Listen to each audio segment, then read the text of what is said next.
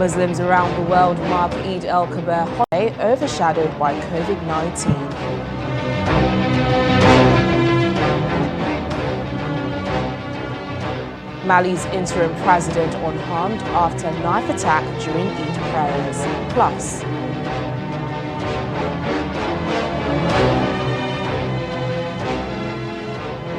former South African President Jacob Zuma corruption trial pushed back a month.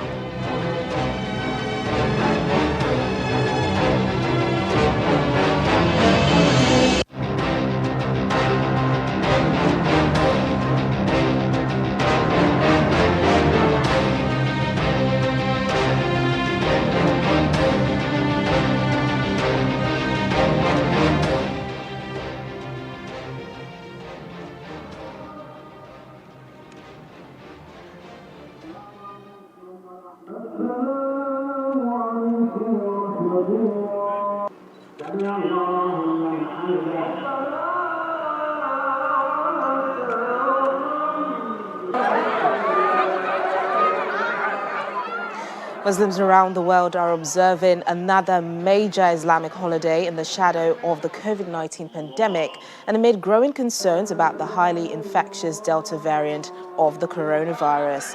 Eid al-Kabir is typically marked by communal prayers, large social gatherings, and for many, slaughtering of livestock and giving meat to the needy. This year, the holiday comes as many countries battle the Delta variant, first identified in India, prompting some to impose new restrictions or issue appeals for people to avoid gathering and to follow safety protocols.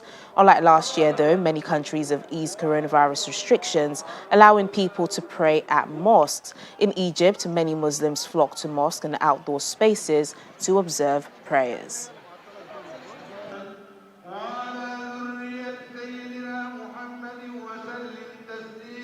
Here in Nigeria, President Muhammadu Buhari joined other Muslim faithful in Dara's hometown in Katsina State to celebrate Eid al-Kabir. Also in attendance were the Emir of Dara, His Royal Highness Umar Faruk Umar, other traditional and religious leaders, as well as members of the business and political communities. The Emir of Dara asked residents to always include the president in their daily prayers for him to complete his tenure successfully.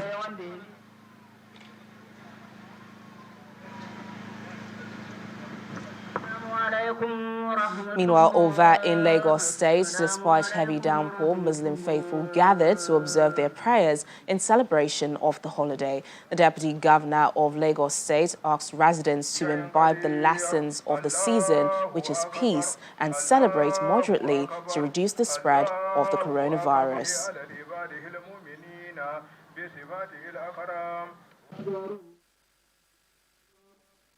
Faith will make their way to the Dodon Barracks prayer ground at Obalende Ikoyi area of Lagos, observing COVID-19 protocols. Not minding the rainfall, they are determined to observe the Eid al-Kabir prayers despite the rain.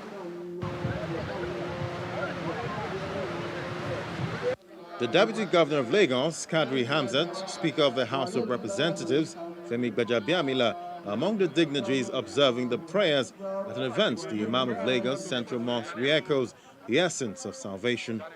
It's very significant to each and every one of us as Muslims to fear Allah, to have the piety of Allah, to fulfill our promises, not only between us and our Maker alone. We make promises maybe where we are seeking for position of authorities and positions of authority and so on. So after getting those positions, are we anywhere to be found fulfilling our covenant with our people? In the rain, prayers continued.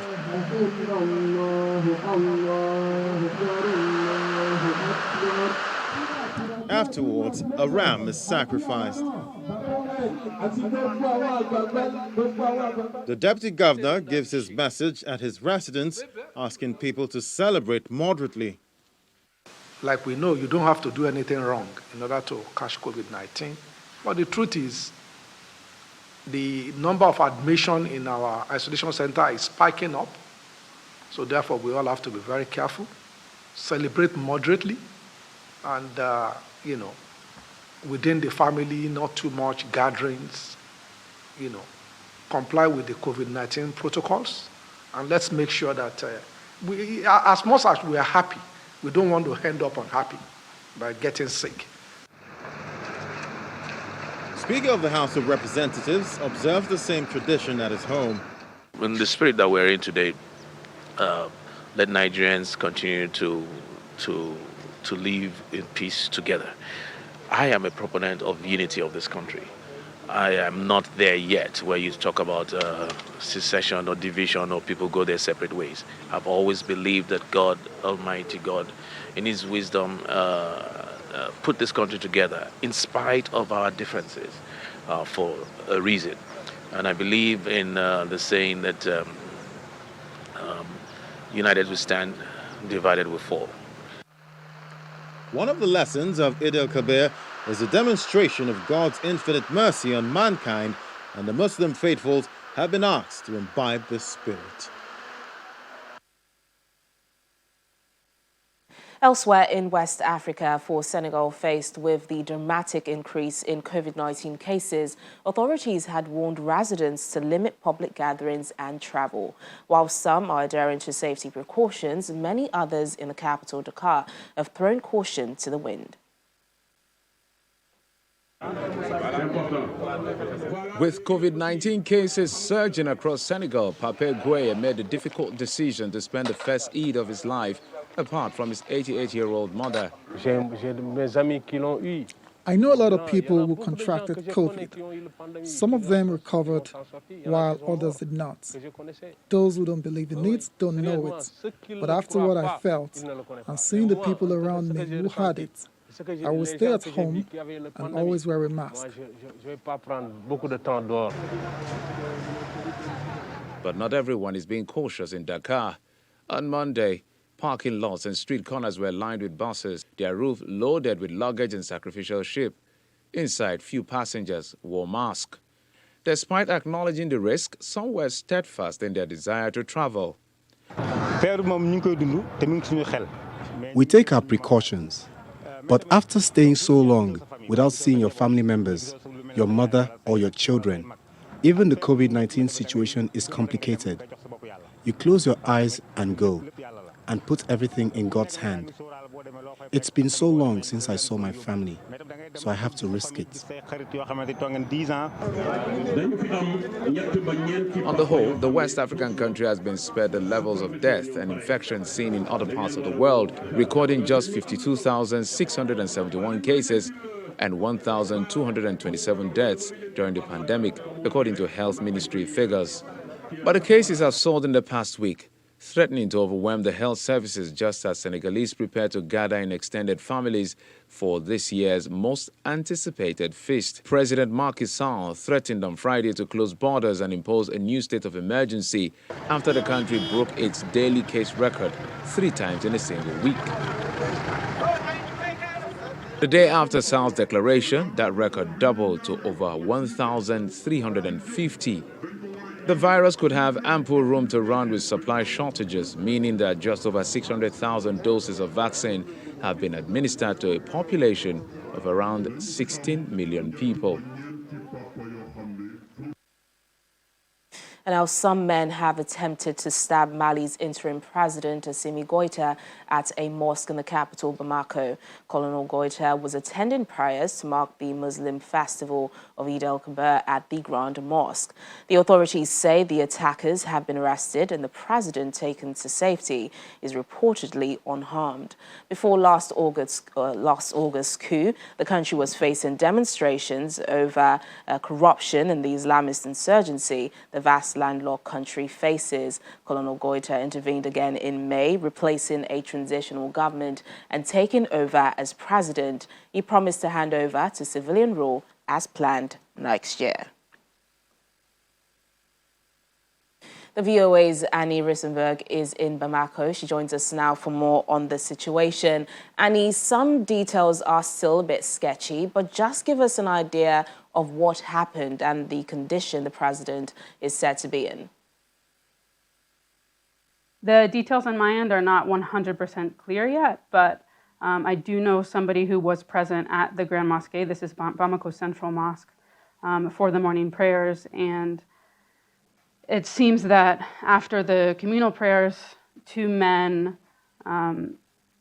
with armed with knives attempted to stab Assimi Goïta, who was the interim president, and they were immediately apprehended by security forces.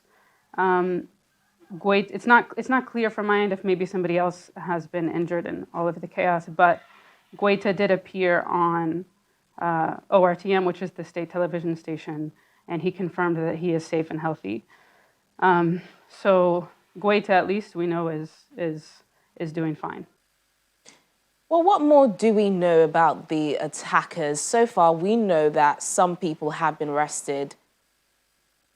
As for the attackers, honestly, I don't have a ton of information on them. There is a viral video going around showing a man being escorted by security forces away from the mosque and put into a pickup truck. But I have absolutely no information on who they might be, what their motivations might be. The man I saw in the video was just dressed in regular clothes. Yeah, so not a ton of information there. I'm sure, since they've been arrested, I'm sure we'll find out more.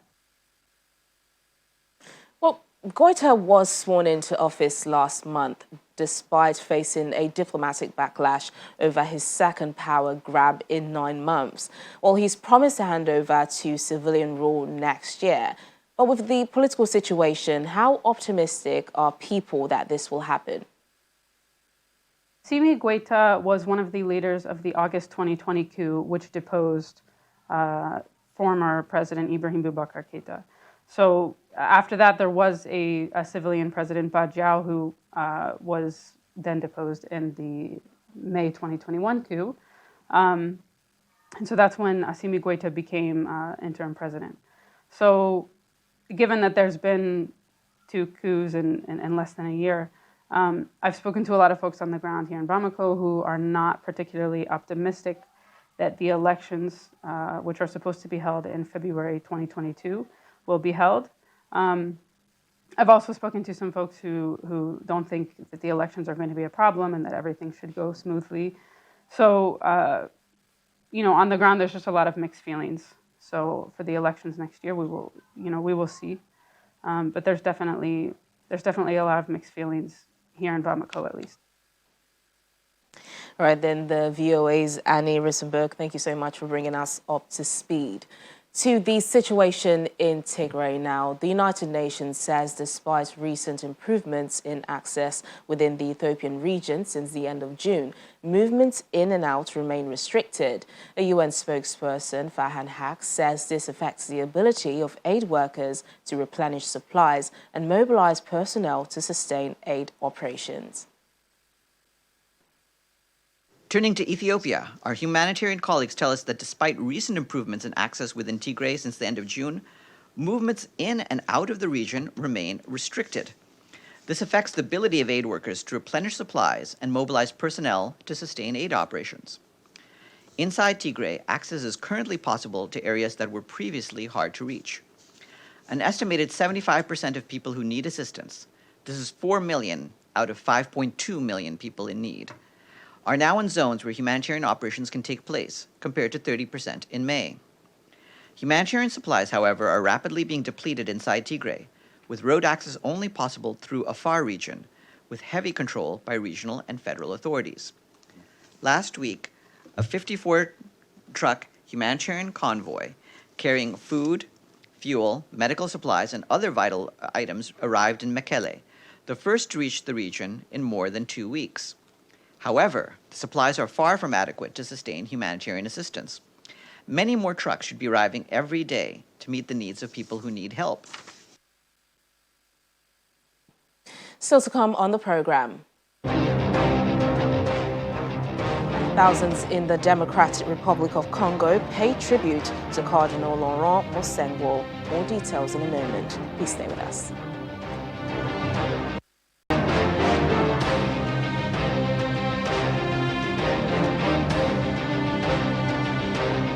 Thanks for staying with us. To security matters, the army in Burkina Faso says its soldiers destroyed a terrorist base and killed dozens of militants in an operation north of the country. The offensive took place during the week of July the 12th to the 18th. According to officials, 3 soldiers died and 8 others were injured during the counter-terrorism operation. Ammunition and camp equipment were recovered. In the same week, the National Armed Forces, in coordination with other forces, launched a search operation in Kabore Tambi National Park in the east. The army says 100 patrols were conducted, resulting in the dismantling of sites where illegal activities were taking place and suspects arrested. Like neighboring Mali and Niger, Burkina Faso has been facing growing insecurity since 2015. Over in the Democratic Republic of Congo, displaced people are in critical need of shelter after escaping violence in the east of the country. The UN Refugee Agency and partners are providing shelter, but as the situation worsens, they say more assistance is needed. Ongoing conflict in the Democratic Republic of Congo's North Kivu province alone has forced nearly 2 million people to flee their homes. More than 100,000 displaced people were assisted with emergency shelters in 2020 and almost 14,000 so far in 2021. But needs remain high as attacks by armed groups continue to displace people in the province, with many forced to flee multiple times. Women and children are particularly vulnerable. Elodie and her children fled home in eastern Congo after armed groups attacked their village. My children and I walked for 2 days on foot. We had no food and we had no money to pay for a vehicle. My children's feet were swollen and our feet hurt because the journey was so long. They lived in a leaking tent for 9 months. UN Refugee Agency and partners are providing food, healthcare and durable shelter, but more assistance is needed. We assist in emergency, so we provide tarpaulin to IDPs who have recently been displaced so that they can themselves help build some emergency shelter. But also we adapt to the condition of the area by providing support to the community so that they can have shelter similar to what is in the community, and that facilitates their integration in the host communities. UNHCR is calling for urgent and enhanced measures to protect civilians in Eastern Democratic Republic of Congo. Armed groups continue to devastate civilian lives despite DRC's president, Felix Tshisekedi, launching a state of emergency on May the 6th in North Kivu and its neighboring Ituri province. The declaration was meant to halt violence perpetrated by armed groups and establish law and order in the region. But since June the 22nd, the Allied Democratic Forces, ADF, are alleged to have brutally killed at least 14 people and injured many others in and around the city of Beni. UNHCR says there's a sense of panic and anxiety in the community as the attack was the first in 2 years by the ADF on the city.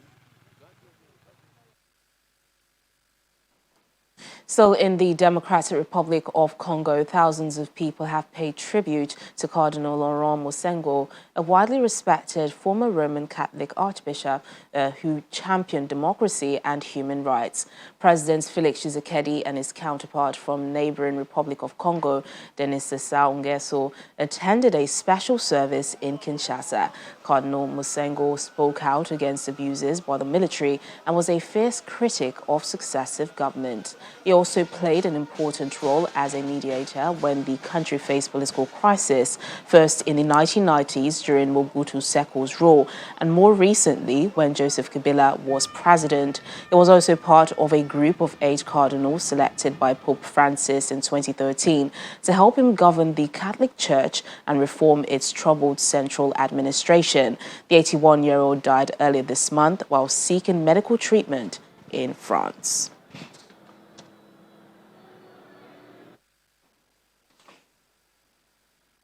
In South Africa, former President Jacob Zuma's corruption trial for an arms deal made in the 1990s has been postponed until August the 10th. The 79-year-old was jailed earlier this month for 15 months for contempt of court for failing to appear at a separate inquiry into corruption.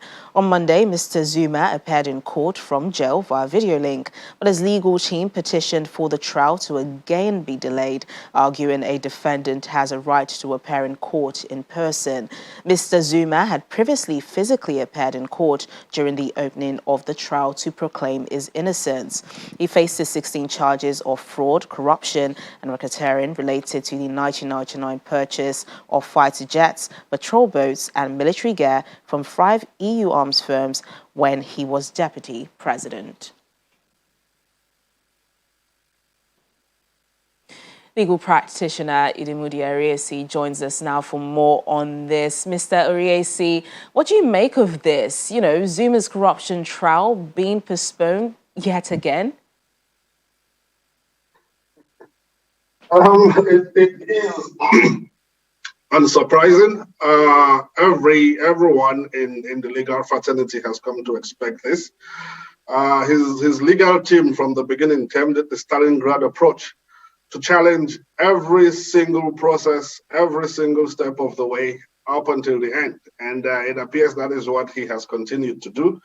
So it doesn't come as a surprise at all. It is a classic Jacob Zuma style.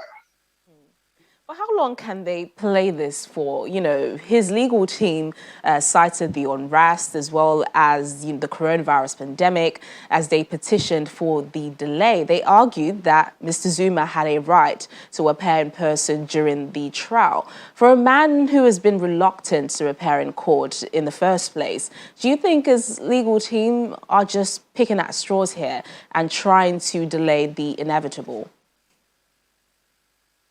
And absolutely, Teddy, you are correct. I think they're clutching at straws. It's funny that he now complains about, trying to appear via the virtual format. The appearance on TV in every court in South Africa, it's called AVR. I think it's audio visual remand, was started in 2010. And it was created for, precisely moments like this, when there is, a pandemic or security risk and you can bring a person to court, they appear via, video link. It's kind of like Zoom,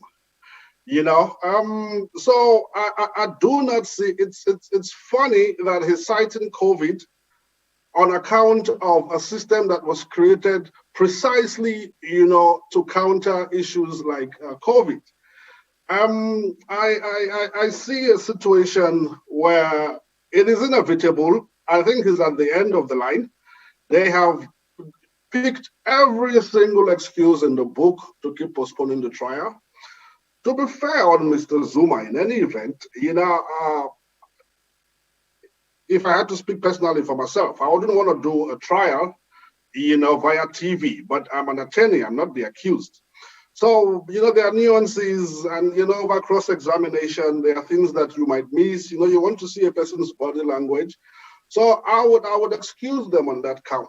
However, it's the first time in 10 years, since 2010, the system has been in place that I hear this kind of complaint. The Constitution does grant him a right to appear in person, yes. But however, this is not, this can be... how do I put it? Described as a breach of his rights. It's just it's bizarre that he would point at it. Be it as it may, the court has received the application. They are hearing the application. It's been postponed to the 10th of August. For them to argue it out. But it's inevitable. I don't think it will succeed. If it succeeds, fine. But he has reached the end of the road and. The trial will have to start sooner than later. Mr. Ariesi, just very quickly, Zuma is in jail now for contempt. In the coming days, what can we expect from his legal woes? We know he isn't eligible for parole till after 4 months. I do not expect his legal woes to improve. You must remember, even the commission itself was an inquiry on corruption. over 100 witnesses. 40 of those witnesses directly implicated Mr. Zuma. It's probably the reason why he doesn't want to go and give evidence at the corruption. So apart from this corruption trial, which dates back to, before he became president, he's been trying to dodge it. It's over 20 years. There is also the report which will come out of the commission. And people are going to be arrested soon after that. He's most likely one of those people who will be arrested on new cases and new evidence which has been presented to the commission. So I see his legal woes getting even worse. If he's lucky enough to get out of jail before his corruption trial is over, he just might spend a couple of months as a free man, and he will most likely be back in jail soon after that again. All right, then, legal practitioner, Mr. Idemudi Arusi. Very interesting days ahead. Thank you for sharing your thoughts with us on Network Africa. Thank you. And that's the program today. Thank you so much for watching. I'm Teniola Shiboale. Bye for now.